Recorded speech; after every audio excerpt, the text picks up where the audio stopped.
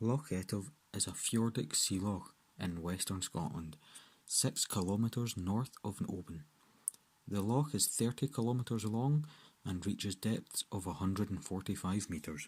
Loch Etive was formed by glacial erosion around 11,000 years ago.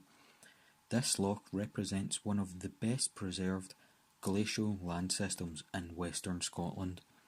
It is a key site in which to understand the glacial processes that shape the Western Highlands.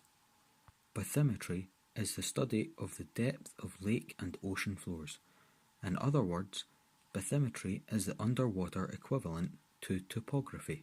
Bathymetric maps are often presented with a colour gradient that represents the depth of the seabed at a specific point.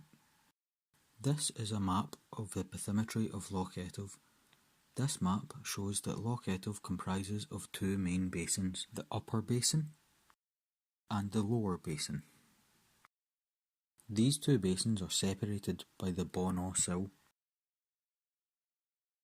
The Bonaw Sill is the shallowest part of Loch Etive, reaching depths of 1.7 metres during spring tides.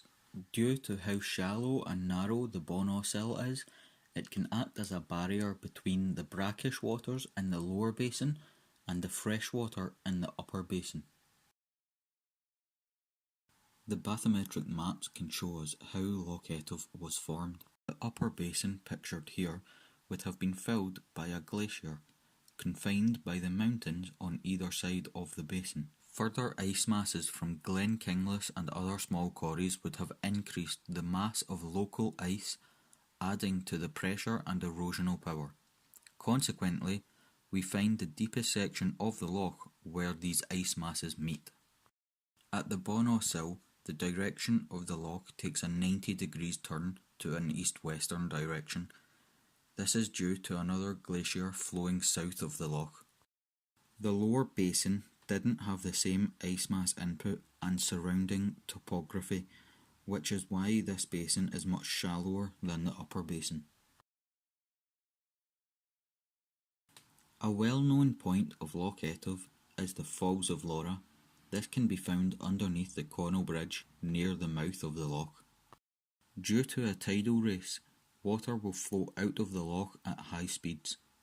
This water then passes through a very narrow and rocky seabed, which stirs up the flowing water and creates whitewater rapids and whirlpools at the surface.